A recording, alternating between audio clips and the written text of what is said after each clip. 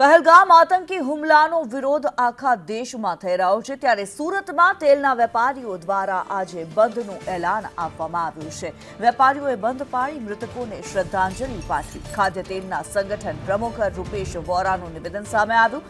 પાકિસ્તાનનું પાણી બંધ કરવા પીએમને 25 પાનું આપશે। પીએમને 100 કિલોનું 25 પાનું વેપારીઓ દ્વારા સોંપવામાં આવશે। પાકિસ્તાન સામે વધુ આક્રમક પગલાં લેવા વેપારીઓએ માંગ કરી।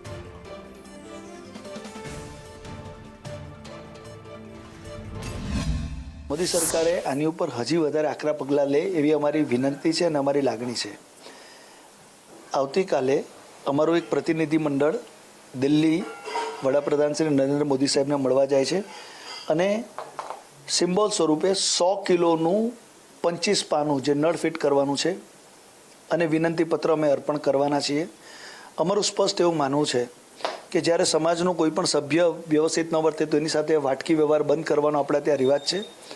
પાકિસ્તાન જે આ નપુસક હરકત કરી છે તો એનું પણ વાટકી વ્યવહાર એટલે કે પાણી વ્યવહાર બંધ થવો જ જોઈએ।